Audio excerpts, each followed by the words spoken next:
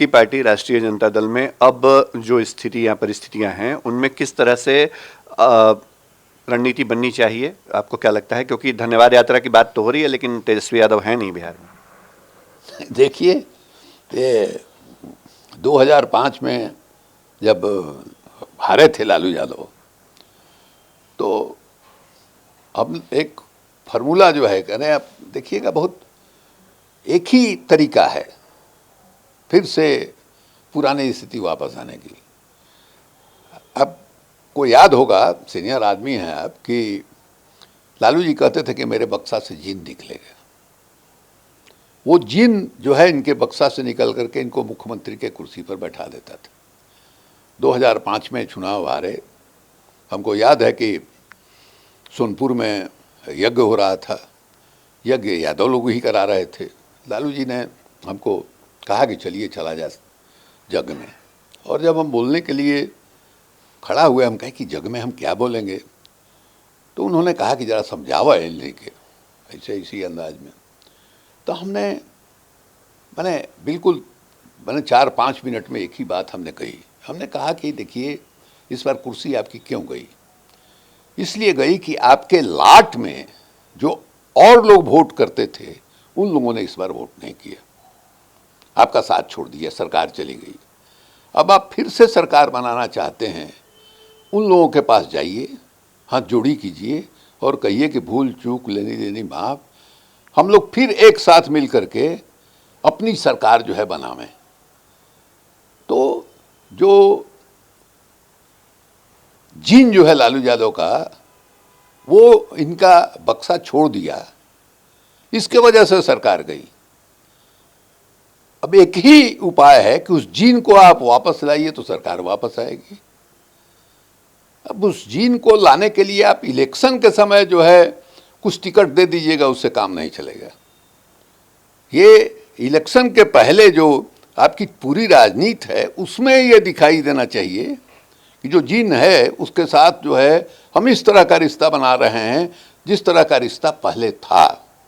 जब तक अपनत्व वाला रिश्ता नहीं बनेगा, उसको नहीं लगेगा उस जीन को कि नहीं साहब उस समय गया क्यों, कि उसको पॉलिटिकल शेयरिंग नहीं मिला, पॉलिटिकल हिस्सेदारी नहीं मिली। आप उसको पॉलिटिकल हिस्सेदारी नहीं दीजिएगा, उसको अपने बगल में नहीं बैठाइएगा, उसको भी नेतृत्व नहीं ये कीजिएगा, तब तक जो है बड़ा मुश्किल है कहना। इसलिए हमको तो दिखाई दे रहा है यही कि एक तो हम लोगों को देखना चाहिए कि कहाँ कमजोरी रही, और कमजोरी रही तो उस कमजोरी को दूर करने का क्या उपाय है। और एक जो हमने आपको कहा कि लालू जी का जो जीन है जो निकल गया था, और लालू जी के ही समय निकल गया था, और 15 बरस में उस जीन को वापस नहीं बुलाया जा सका।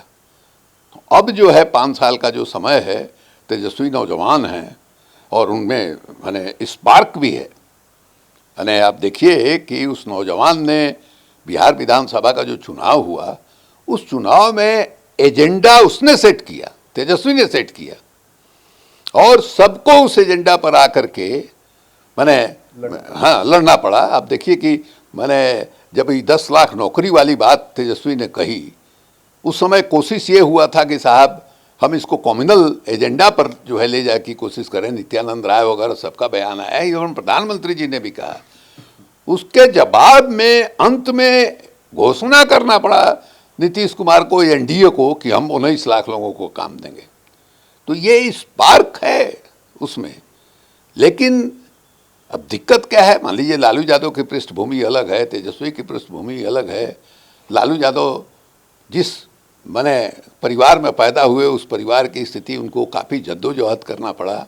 तेजस्वी जो है वो उसके पिताजी, उसकी माँ, दोनों जो है मुख्यमंत्री रहे हैं, मुख्यमंत्री हाउस में सयाना हुए या मुख्यमंत्री के बेटे के रूप में सयाना हुए। तो एक मानसिकता जो है थोड़ी दूसरी ढंग की बन जाती है। तेजस्वी को ये जनता के साथ जुड़ना होगा।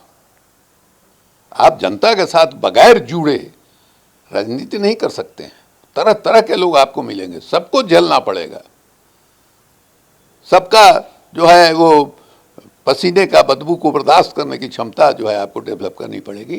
तो आप निश्चित रूप से, हमको नहीं लगता है कि जिस तरह से लोग त्रस्त हैं, किसान त्रस्त है, नीचे के गरीब गुरबा माने जो भ्रष्टाचार है वीडियो, सीओ, थाना, कलेक्टर, एसडीओ के यहाँ, उसमें लोग त्रस्त हैं। एक किसी का काम जो है एक बार जाने में, 2 बार 4 बार में नहीं हो पाता है सरकारी कार्यालयों में, उन सबको आप समेटिए और निश्चित रूप से आगे जो है माने भविष्य में दिखाई देगा। अगर इस रास्ते पर चलिएगा तो आप निश्चित रूप से मुख्यमंत्री बनिएगा, आपकी सरकार बनेगी।